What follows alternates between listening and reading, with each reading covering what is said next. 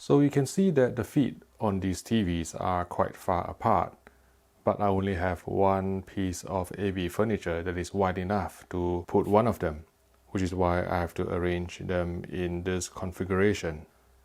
My test room is quite small, so to get to where I need to be, I basically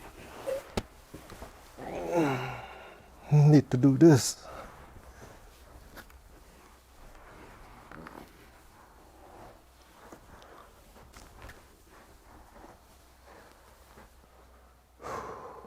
It's not often that I get to climb between a fresh pair of legs these days. This video is sponsored by Box, the online technology store. Visit box.co.uk for the best deals on TVs, soundbars, and all your other technology needs. Hello everyone, my name is Vicentio, and today we're going to compare these 2020 OLED televisions. On your right is the 65-inch Sony A8, also known as the Bravia A8H in the USA. On your left is the LG GX or G10. In an ideal world, I would have used a CX or C10 for this comparison, since that's the LG OLED most people would buy. But as it happened, my CX review sample was only 55 inches in screen size, so I chose to use the 65-inch GX instead for a level playing field. In terms of picture quality, the GX is no different from the CX anyway. Both TVs have been calibrated to the same standards used within the film and broadcast industry. For SDR, that's D65 white point, 2.4 gamma and Rec 709 colors. For UHD HDR, it's the same D65 white point, but ST2084 PQ EOTF and DCI-P3 within Rec 2020 container.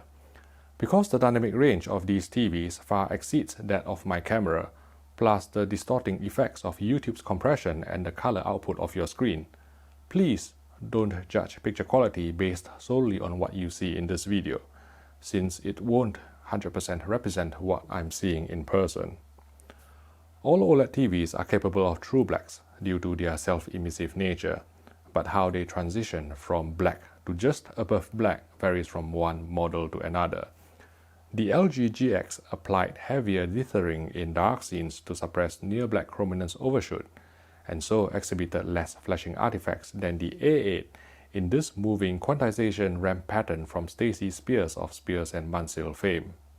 Also, you may have noticed that although Sony's gradation was generally smoother, there is a very small region of very harsh transitions close to black, which could not be fully corrected by calibration because Sony's white balance controls only went down to 5% video stimulus. Next, we displayed a Game of Thrones clip that's as blotchy as watching Netflix through the free Wi-Fi at a Premier Inn hotel. And again, the LG GX generally did not suffer from as much flashing artifacts as the Sony A8H, which occasionally displayed harsher transition just above black. On the other hand, the Sony A8's smooth gradation decontouring filter was much more effective in smoothing the background polarization, compared with LG's control, which had little to no effect. Colors were perceptibly accurate on both TVs after calibration, rendering skin tones and other memory colors in a natural and realistic manner. The LG has the potential to achieve even better color accuracy through 3D LUT calibration using Kalman, but there were some kinks which should be fixed in a future firmware update, so we were still calibrating manually in this comparison video. With all motion interpolation disabled, both the LG GX and the Sony A8 presented 24 frames per second films smoothly without any sign of telecinic judder, although the LG was doing 5.5 pull-down at 120 Hz, while the Sony was using 4.4 pull-down with a refresh rate of 96 Hz. Both OLED TVs are equipped with 120 Hz blackframe insertion or BFI, which can increase motion resolution to 1080 lines or even higher on this horizontally scrolling test pattern, all without significant flicker or luminance drop if you use it in conjunction with some motion interpolation. When fed 24 Hz video signal, the Sony's BFI refreshed at 96 Hz at clearness 1 and 2, and 48 Hz at maximum intensity, whereas the LG's refresh rate was 120 Hz and 60 Hz at the corresponding BFI intensities. Here, I've spliced together some slow motion videos of the LG GX and Sony A8 at different source frame rate and BFI settings for you to see the difference. Feel free to skip forward if the royalty-free music is not up to your taste.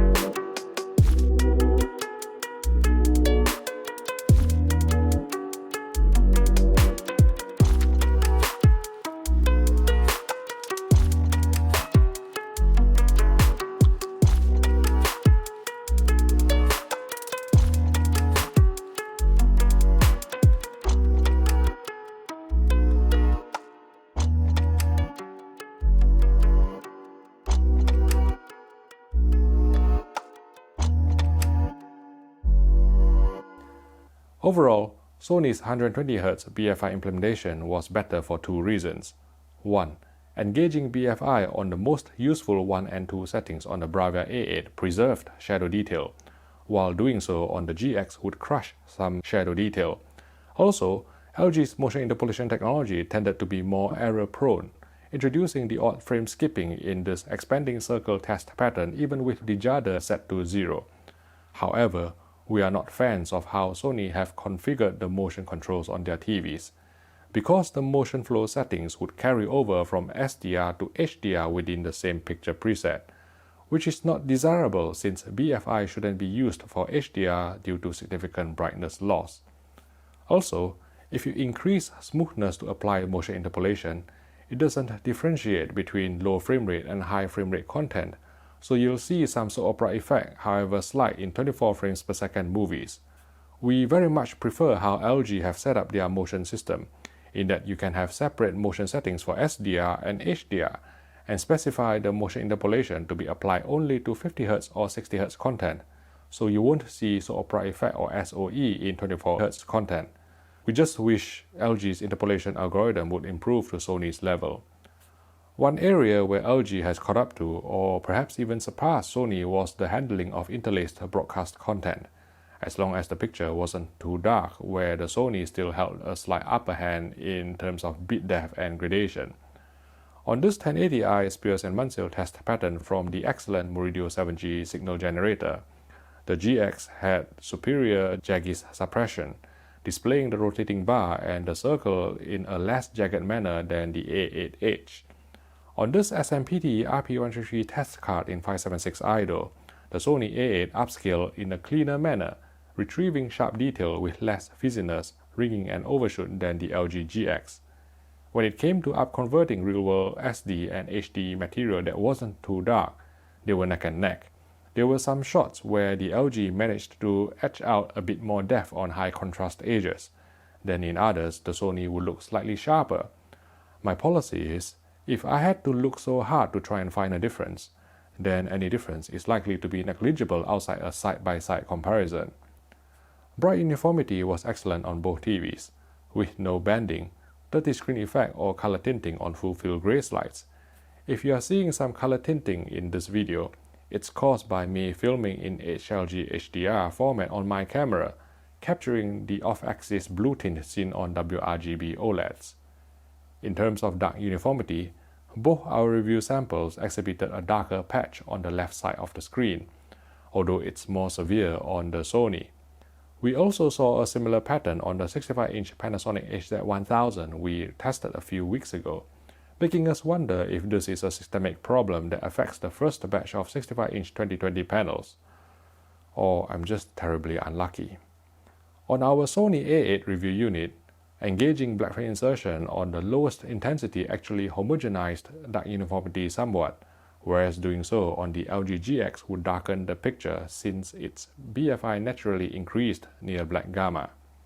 For HDR, on paper, our LG GX review sample was almost 100 nits brighter than the Sony A8 when measured on 10% windowed test patterns after calibration to D65 white point. But when playing actual HDR10 content, the A8 didn't look obviously dimmer in APL than the GX. Here, we've applied a Luminance Heat Map developed by my kind colleague Adam Fairclough, who is also known as Evil Boris Online, to make it easier for you to visualize the brightness of different elements on screen. In fact, occasionally certain specular highlights will look brighter on the A8 due to Sony's pixel contrast booster system and tone mapping philosophy that favors preserving brightness over highlight detail. Native gradation on the Sony A8 was better across a variety of HDR10 movies, which could be further improved by engaging smooth gradation, while the equivalent decontouring filter on the LG GX had little to no effect with the latest firmware of 3.0.70 at the time we filmed this video. For Dolby Vision playback, we continue to prefer the TV-LED implementation on LG OLEDs over the player-LED or low-latency version on Sony televisions. With player-LED Dolby Vision, the tone curve and color gamut mapping happens in the source device based on the EDIT information transmitted by the display.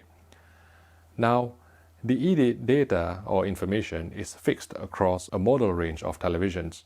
So let's say if you own a TV that's slightly brighter or darker, which is very common because of unit-to-unit variation, the individual peak brightness and color gamut data that's specific to your panel cannot be relayed to the Dolby Vision engine for optimal mapping. Also, it begins to make sense why Dolby Vision IQ ambient lighting compensation is not possible on player-LED DV implementations.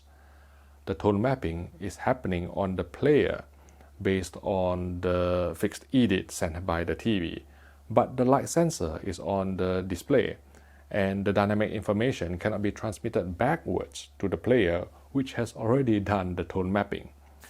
As far as we're aware, this is the reason why the LG GX can support Dolby Vision IQ, but the Sony A8 can't. Let's tackle the question of Dolby Vision Dark versus Dolby Vision Bright mode on Sony OLEDs. Here's the thing. Sony TVs uses a special type of player-LED Dolby Vision, where it receives the video signal that's already tone mapped by the source device, and then apply its own dynamic tone mapping on top. That's why occasionally you would still see highlight detail being clipped in Dolby Vision on Sony televisions. That's why measurements of static test patterns doesn't reflect what actually happens with real-world content. So here, I've calibrated the LG GX to track PQ accurately in HDR10, making sure to turn off dynamic tone mapping. And on the Sony A8, I have left all the brightness, gamma and advanced contrast enhancer settings at their default values in both Dolby Vision Dark and Dolby Vision Bright picture presets. As I toggle between Dolby Vision Dark and Dolby Vision Bright modes, you can see that Dolby Vision Dark on the A8 matched the HDR10 presentation on the GX in terms of average picture level or APL, whereas Dolby Vision Bright would be too bright, causing the picture to appear washed out and some highlight detail to be blown out even further. Yes, it used to be true that Dolby Vision Dark on Sony televisions was too dim in the past, requiring a gamma adjustment of +2. But since a firmware update, Dolby Vision Dark is now the most accurate picture preset for watching Dolby Vision content in a darkroom on Sony TVs including the A8 and AG9. With that out of the way, the internal Netflix app on the Sony A8 still exhibited harsh above black polarization in certain Dolby Vision shows, which we simply don't see on TV-led Dolby Vision displays such as the GX. Of course, with all that said, the LG GX shipped with over-brightened near-black gamma by default at the time we filmed this video in June 2020, causing floating blacks in various Dolby Vision and HDR10 content, which was visible in a pitch-black room. It can be dialed out by calibration, but LG is aware of the issue and developing a fix, so if you are thinking about hiring a professional calibrator, it's best to wait until after the firmware update lands, unless you are willing to entertain another recalibration visit, with all the risk of coronavirus and all that.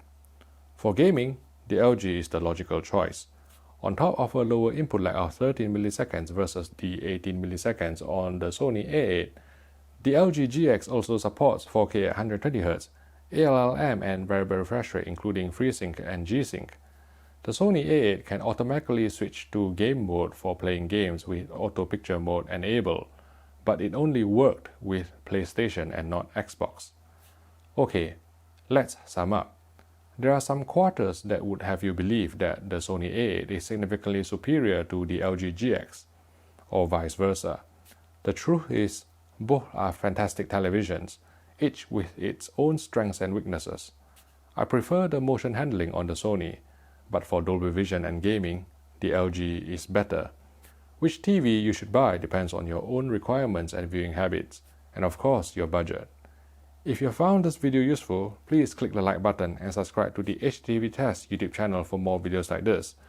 Good luck whichever TV you end up buying, and I'll see you in the next video.